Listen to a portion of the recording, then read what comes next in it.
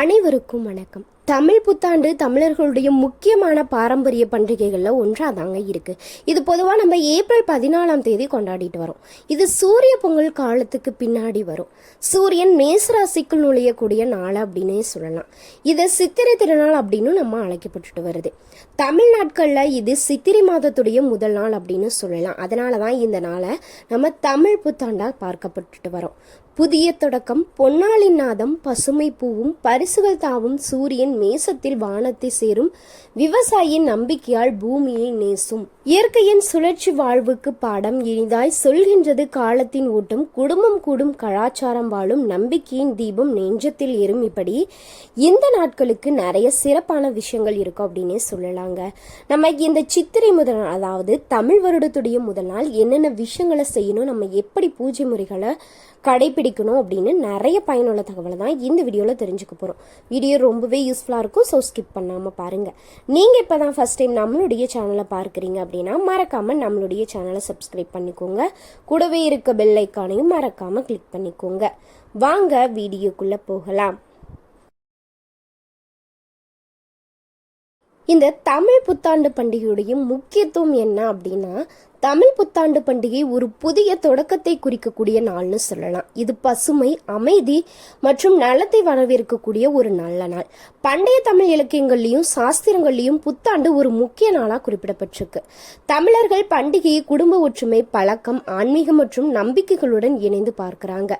இந்த நாள் உலகின் பரிணாமமும் இயற்கையின் சுழற்சியும் மனித வாழ்வில் எந்த அளவுக்கு முக்கியத்துவம் வாய்ந்தவை அப்படின்னு உணர்த்தக்கூடிய ஒரு நாளாக தான் பார்க்கப்படுது. மேஷ ராசிக்கு நுழைவது புத்தாண்டின் தொடக்கத்தை குறிக்குதுங்க. அதாவது சூரியன் இன்றைய தினத்துல தான் மேச ராசிக்குள் நுழைகிறாரு. இது விவசாய காலத்துடைய தொடக்கம் அப்படின்னு சொல்லலாம். இதனாலதான் விவசாயிகளுக்கு இந்த நாளுக்கு பெரிய முக்கியத்துவம் அப்படின்றது கொடுக்கப்பட்டுட்டு வராங்க. இந்த புத்தாண்டு தினத்தை நம்ம எப்படி கொண்டாடணும் அப்படின்னா, தமிழ் புத்தாண்டு தினம் அதிகாலையில் எழுந்து வீடு முழுவதும் சுத்தம் செஞ்சுட்டு பூக்களால் அலங்கரிச்சுட்டு கோலம் போடுறது, விளக்கேற்றுறது இதெல்லாம் நம்ம செஞ்சு கொண்டாடுவோம். இதற்கு முன்னதாகவே வீடுகளில் தூய்மை பணிகள் அப்படின்றது நடக்கும். நிறைய பேர் புது புடவை, சட்டை, வேட்டிகள் அணிவாங்க. அதன் பிறகு குடும்பத்தினர் எல்லோருமே ஒன்றாக கூடி வீட்டின் மூத்தவர்களிடம் ஆசி பெற்று கோவிலுக்கு சென்று இறைவனை வணங்கக்கூடிய வழக்கம் அப்படின்றது தமிழ் மக்களாகிய நம்மளிடம் நிறைய பேருக்கு இருக்கு. கோவில்களுடைய சிறப்பு பூஜைகளுமே நடத்துவாங்க. சில இடங்கள்ல பஞ்சாங்கம் வாசிப்பது ஒரு வழக்கமா வைத்திருப்பாங்க. இது வருகிற ஆண்டுடைய முன் அறிவிப்புகளை விளக்கக்கூடிய ஒரு நல்ல நாள் அப்படின்னுமே சொல்லலாம். பண்டிகை அப்படின்னா உணவோடு இணைக்கப்படாமல் இருக்க முடியுமா? தமிழ் புத்தாண்டு தினத்துல சிறப்பு வகை உணவுகள் தயார் செய்யப்படுவாங்க. இனிப்பு, காரம், புளிப்பு, உவர்ப்பு, கசப்பு, துவர்ப்பு இப்படி இணைக்கக்கூடிய ஒரு புத்தாண்டு பச்சடி சில இடங்கள்ல செய்வது இன்று வரைக்குமே ஒரு வழக்கமா இருக்கு. இது வாழ்க்கையின் பல்வேறு அனுபவங்களை ஒரு சின்னமா காண்பிக்கப்படுது அப்படின்னே சொல்லலாம். கலை நிகழ்ச்சிகள், பாரம்பரிய நடனம், நாட்டுப்புற இசை, நாடகங்கள் போன்ற கலாச்சார நிகழ்ச்சிகளும் இந்த நாள்ல நடைபெறும். பள்ளி, கல்லூரிகள் மற்றும் பொது நிறுவனங்களுமே புத்தாண்டு சிறப்பாக கொண்டாடுவாங்க. இந்த நாள் தமிழ்நாட்டில் மட்டும் இல்லாம இலங்கை, அமெரிக்கா, மலேசியா, சிங்கப்பூர் மற்றும் பிற நாடுகளில் வாழக்கூடிய தமிழ் மக்களால் இந்த நாள் ரொம்பவே சிறப்பாக கொண்டாடப்படும். தமிழ் புத்தாண்டு அப்படின்றது வெறும் சம்பிரதாயத்திற்கு கொண்டாடக்கூடிய ஒரு நிகழ்வு கிடையாதுங்க. இது பாரம்பரியம், குடும்பம், ஆன்மீகம், வாழ்வியல் ஒழுக்கங்களை ஒருங்கிணைக்கக்கூடிய ஒரு பண்டிகை அப்படின்னே சொல்லலாம். இதன் மூலம் பழையதை பின் திரும்பி பார்ப்பதோடு புதிய வாழ்க்கைக்கு நம்பிக்கையுடன் முன்னேறும் துடிப்புமே இந்த நாளில் உருவாகும். தமிழர் கலாச்சாரம் மற்றும் அறிவியலை பிரதிபலிக்கும் இந்த பண்டிகையை பரம்பரை வழியாக செல்லக்கூடிய வாழ்வியல் நெறியா நம்ம கொண்டாடிட்டு வரோம் அப்படின்னே சொல்லலாம். தமிழ் மாதங்கள் 12ல் முதலாவதாக வரக்கூடிய சித்திரை மாதம் முதல் நாளில் புது வருட பிறப்பு விழாவாக கொண்டாடிட்டு வரோம். வருட பிறப்பன்று நம்ம செய்யக்கூடிய செயல்கள் அனைத்துமே அந்த வருடம் முழுவதும் நம்மளுடைய வாழ்க்கையை வளப்படுத்தும் அப்படின்றது ஐதீகமாக சொல்லப்படுது. ஆண்டுடைய முதல் நாள் தொடக்கத்தில் நம்ம செய்யக்கூடிய தானங்கள் நம்மை மென்மேலும் வளர செய்யும். நமக்கு நாம் செய்து கொள்ளக்கூடிய வேண்டுதல்களை விட மற்றவர்களுக்காக நம்ம உதவும் செயல்களில் இறைவனை பார்க்க முடியும் அப்படின்றது நியதியாக சொல்லப்படுதுங்க. அதனால இந்த பதிவில் தமிழ் புத்தாண்டில் என்னென்ன விஷயங்கள் செய்யணும், செய்ய வேண்டிய தானங்கள் என்னென்ன விஷயங்களை செய்யக்கூடாது அப்படின்னு நம்ம ஃபர்ஸ்ட் தெரிஞ்சுக்கலாம். தமிழ் மாதத்தின் முதல் மாதமான சித்திரை ஏப்ரல் 14ஆம் தேதி அன்று தொடங்குதுங்க. தமிழ் புத்தாண்டு அன்று இறை வழிபாடுகளில் ஈடுபடுவது ரொம்பவே சிறப்பு. மா, பலா, வாழை இதெல்லாம் முக்கணிகள், வெற்றிலை பாக்கு, நகைகள், நெல் முதலான மங்கள பொருட்கள் வைத்த தட்டை பூஜை அறையில வைத்து அதை புத்தாண்டு அன்று காலையில் காண்பது மங்களகரமானதா பார்க்கப்படுது.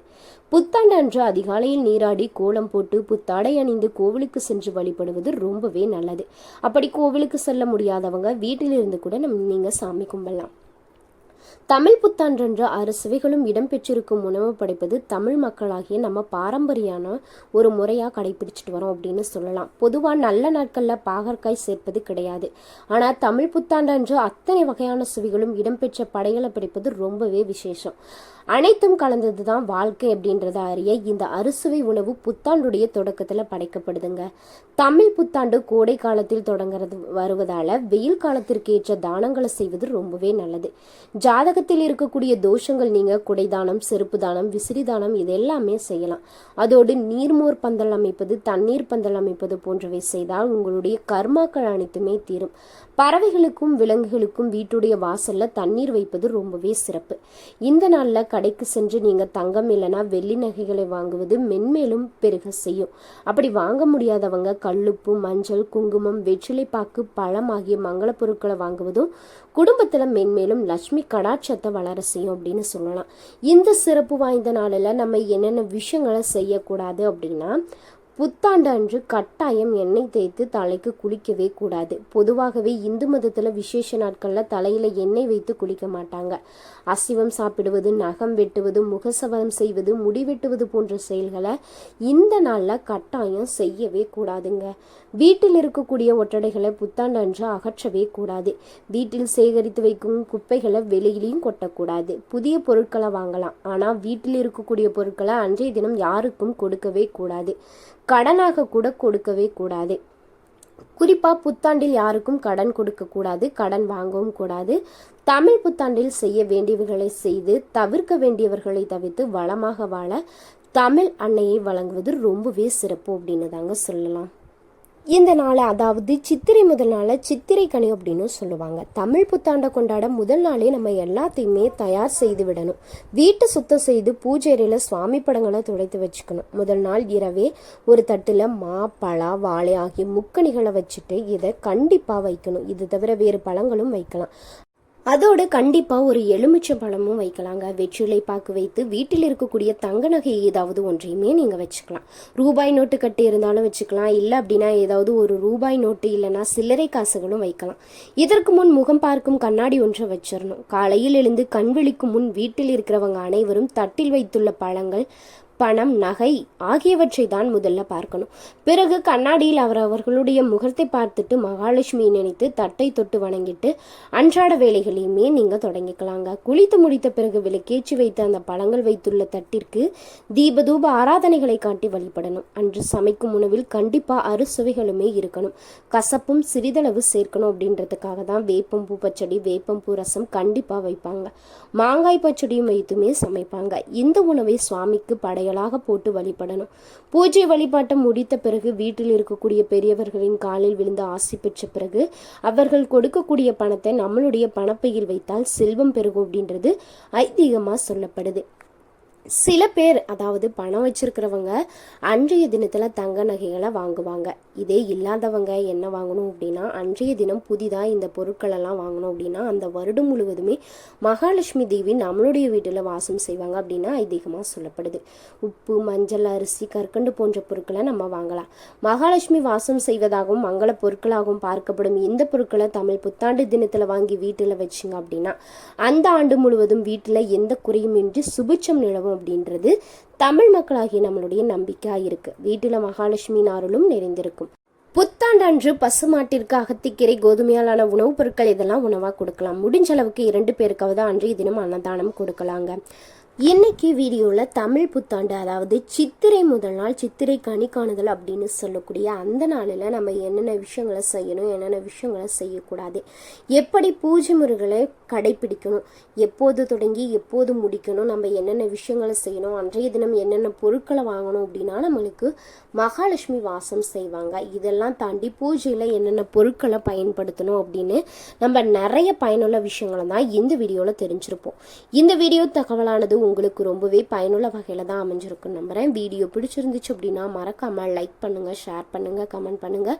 நீங்கள் என்ன நம்மளுடைய சேனலை சப்ஸ்கிரைப் பண்ணாமல் இருந்தீங்கன்னா மறக்காமல் சப்ஸ்கிரைப் பண்ணிக்கோங்க. கூடவே இருக்க பெல் ஐக்கானையும் மறக்காமல் கிளிக் பண்ணிக்கோங்க. அப்போ தான் நம்ம போடக்கூடிய வீடியோ நோட்டிஃபிகேஷன் மூலியமாக உடனுக்குடனே உங்களை வந்து சேரும். இந்த வீடியோ பற்றி நீங்கள் என்ன நினைக்கிறீங்கன்னு சொல்லிட்டு மறக்காமல் உங்களுடைய கருத்துக்களை கமெண்ட் பாக்ஸில் பதிவிடுங்க. இந்த வீடியோ பார்த்துட்டு இருக்கக்கூடிய உங்களுக்கு மகாலட்சுமி தாயார் பிடிக்கும் அப்படின்னா வீடியோக்கு லைக் பண்ணிவிட்டு மகாலட்சுமி தாயாருக்கு போச்சு அப்படின்னு சொல்லிட்டு மறக்காமல் கமெண்ட் பாக்ஸில் பதிவிடுங்க. நன்றி நண்பர்கள்.